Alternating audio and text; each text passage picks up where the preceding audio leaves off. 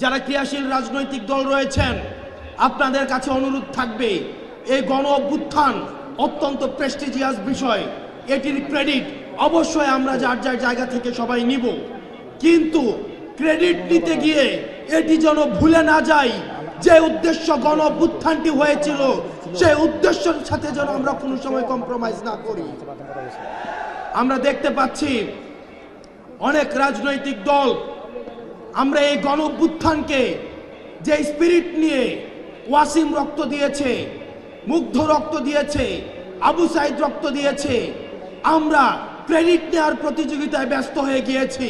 কিন্তু যে উদ্দেশ্য রক্ত দিয়েছে সেটি বাস্তবায়নে আমরা কতটা এগুলাম সেই হিসাব কিতাব এখন আর আমাদের গুরুত্বপূর্ণ বিষয় নয়। প্রিয় সহযোদ্ধা, আপনাদেরকে সচেতন থাকতে হবে, যে কোনো সময় আমার আপনার আশেপাশেই ফেসিবাদ আবার মাথা চাড়া দিয়ে উঠতে পারে।